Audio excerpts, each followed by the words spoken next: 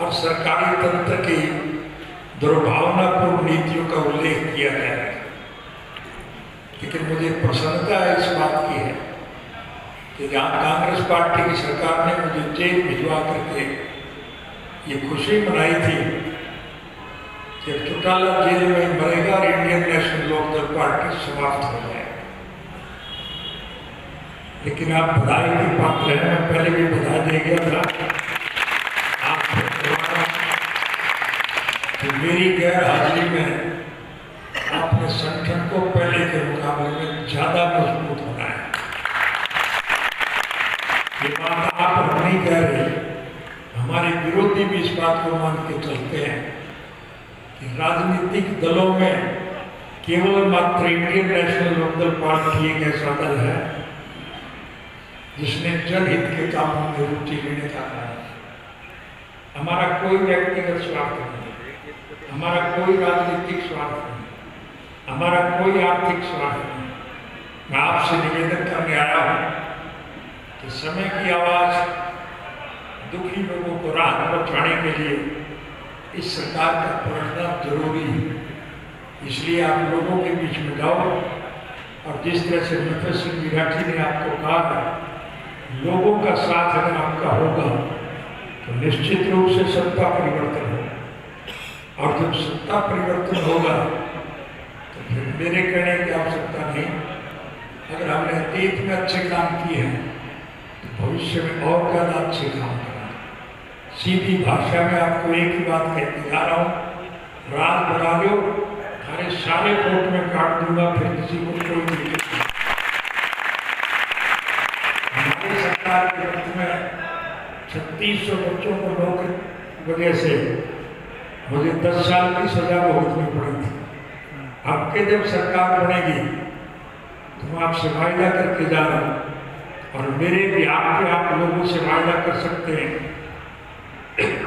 कि हम हर बच्चे को उसकी योग्यता के मुताबिक नौकरी देंगे, उसमें कोई भेदभाव नहीं होगा।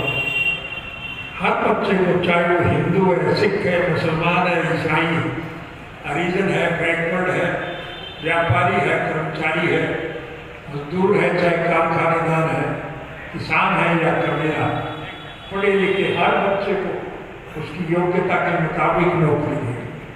अगर किसी बच्चे के माँ बाप ने किसी मजबूरी के बस अगर वोट कहीं और दे दिया हो तो हम उसमें वोट की राजनीति नहीं करेंगे। किसी के माँ बाप के गलत निर्णय की सजा उस योग्य बच्चे को नहीं मिलनी चाहिए। हम इस बात में हर बच्चे को मैं नौकरी दूंगा, चाहे बाद में मुझे फांसी ठोकना पड़े, मुझे उसकी कोई चिंता नहीं। लोगों का भला हो, ये हमारी एक सोच है। हम चौधरी देवीलाल जी के स्वप्न साकार करने में पड़ता है। स्वर्गीय चौधरी देवीलाल जी की एक सोच थी, इस देश का हर नागरिक संपन्न हो, समृद्ध हो, खुशहाल, और हर व्यक्ति की मूलभूत जरूरियात रोजी रोटी, कपड़ा, मकान, शिक्षा और स्वास्थ्य का प्रबंध सरकारी तौर पर किया गया। इसके लिए उन्होंने सारी उम्र संघर्ष किया। आज वो हमारे बीच में नहीं है, लेकिन इंडियन नेशनल लोकदल पौधा उनका लगाया हुआ पौधा है। आपने उस पौधे को अपने खून से सींचने का काम किया, लेकिन दुर्भाग्य हमारा ये रहा कि जब वो पौधा फल देने लगा तो लुटेरे वर्ग के लोग उसका फल तोड़ करके ले गए, हम देखते ही रह गए। इस परिस्थिति को हमने बदलना। अब के सरकार बनाने के बाद हम लुटेरे वर्ग के लोगों को नजदीक नहीं फटकने। मैं आपसे निवेदन करूंगा कि हमारा किसी से कोई द्वेष नहीं, हमारा किसी से कोई विरोध नहीं, हमारी कोई राजनीतिक लाभ करने की कोई सोच नहीं, हम आर्थिक लाभ उठाने के पक्ष में नहीं। हम तो स्वर्गीय चौधरी देवीलाल के स्वप्न साकार करना चाहते हैं। हम चाहते हैं कि आम नागरिक की मूलभूत जरूरियात पूरी हो और चौधरी देवीलाल जी के स्वप्न पूरे हो। इस सब के लिए आज मैं आपके बीच में आया हूँ कोई भाषण देना नहीं चाहता, बल्कि आपसे निवेदन करने आया हूँ कि ज़्यादा से ज़्यादा लोगों को संगठन में जोड़ने का काम करो। मेंबरशिप के फार्म आपके पास आए हुए हैं, नहीं आए हैं तो डिस्ट्रिक्ट प्रेसिडेंट से लेके एक एक व्यक्ति को पार्टी का मेंबर बनाए। जो आदमी आपकी पार्टी का मेंबर बन जाएगा, आपकी मेंबरशिप की पर्ची कटा देगा, वो समर्पित होकर के पार्टी के लिए अच्छे काम करने का निर्णय लेगा। और जब अच्छे लोग संगठन में हो तो फिर निश्चित रूप से प्रदेश का आर्थिक विकास हो। इसलिए आपसे विनम्र निवेदन करने आया हूँ, आप लोगों को साथ जोड़े।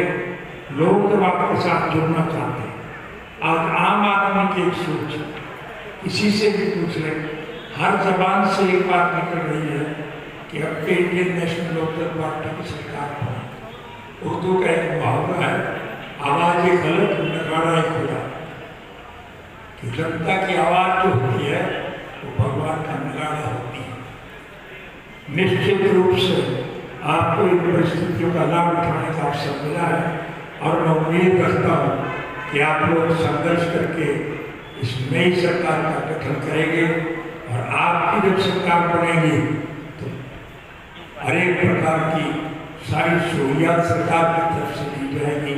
ये मैं आपसे वायदा करके जा रहा हूँ। यही बात करने के लिए आज आपके बीच में आया था। नफर सिंह ने विस्तार से सारी बातें आपको कही, मैं उसको दोहराना नहीं चाहूँगा, लेकिन क्या हालत आज देश की। हमारी सरकार जब 2005 में गई, हमने सरकार के खजाने में 2000 रुपये छोड़े, 2000 करोड़। और आज हरियाणा प्रदेश की सरकार की हालत ये है कि 2.5 लाख करोड़ का कर्जा हमारे सर पे। जो बच्चा पैदा होगा वो 1 लाख का कर्ज सर पर लेकर के बैठ। ये आर्थिक हालात आज प्रदेश की हो कि वो जनहित के कामों में रुचि ले, लोगों की दुख तकलीफ को दूर करने का काम करे।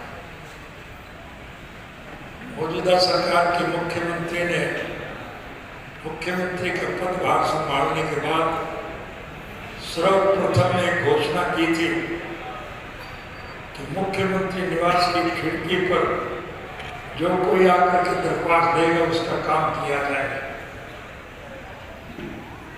मुझे एक दफा चंडीगढ़ जाने का अवसर मिला और मैं चंडीगढ़ अपने किसी मित्र से मिलने के लिए जा रहा था। संयोग से जिस सड़क से मैं गया उसी सड़क पर मुख्यमंत्री की कोठी थी। मैंने गाड़ी रोक करके देखा तो मुख्यमंत्री निवास की खिड़की सोनी पड़ी थी, एक भी आदमी नहीं था। मैंने इधर उधर से लोगों को बुला करके पूछा, लोगों ने कहा कि जब काम किसी का नहीं होता तो फिर कौन चक्कर काटेगा। आपके सहयोग और समर्थन से हरियाणा प्रदेश में इंडियन नेशनल लोकदल पार्टी की सरकार बनी। हमने सर्वप्रथम उस गलत नीति को बदलने का काम किया।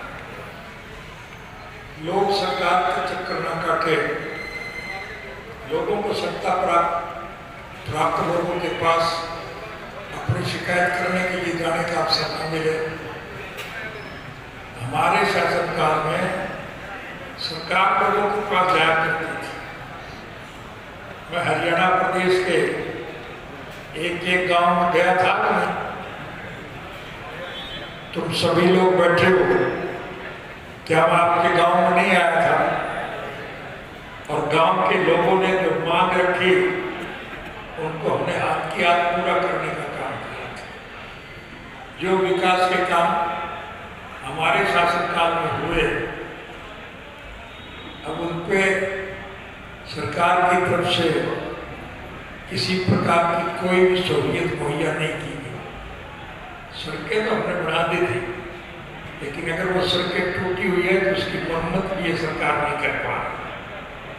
आज लोग परेशान। सरकार की गलत नीतियों का अगर मैं पूरा विवरण दूंगा तो बहुत समय लग जाएगा। मैं आज कोई भाषण देने के लिए नहीं आया, भाषण का तो आपको निमंत्रण है। 25 सितंबर को स्वर्गीय चौधरी देवीलाल जी का पवित्र जन्म दिवस हम जींद में मना।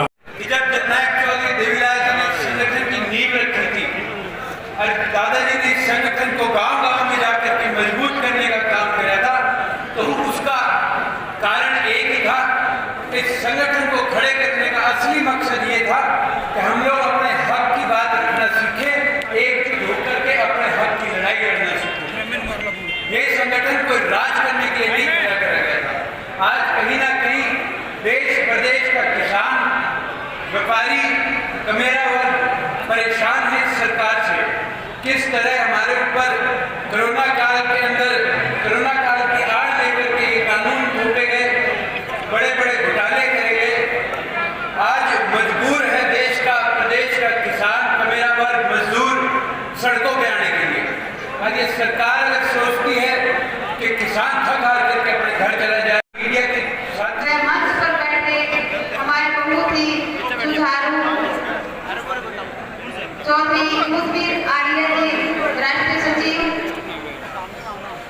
मैं सभी सम्मानित मंच, मेरे सामने बैठे सभी मेरे पिता तुल्य बुजुर्गों, माताओं, बहनों, आज बहुत चौटाला जी, प्रदेश के अध्यक्ष रफी सिंह राठी जी, युवाओं के दिलों की धड़कन भाई भरत चौटाला जी, जिला के प्रभारी जैसा जी, जिला फतेहाबाद के अध्यक्ष बलविंदर कैरो जी, वे तमाम हल्का रतिया, टोहाना और फतेहाबाद के हल्का प्रधान व सम्मानित मंच।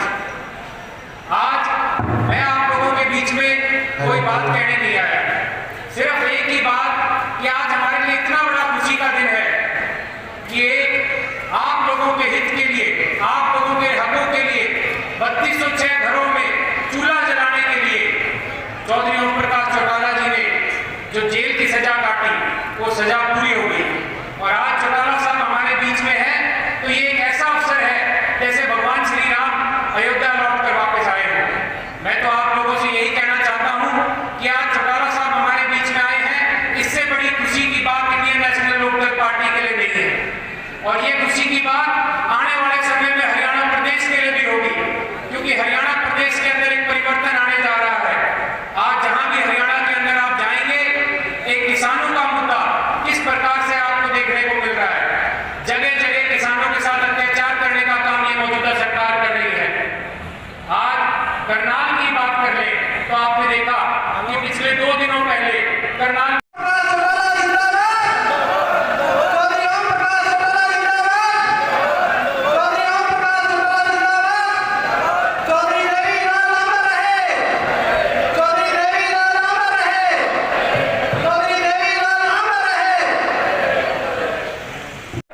लाखन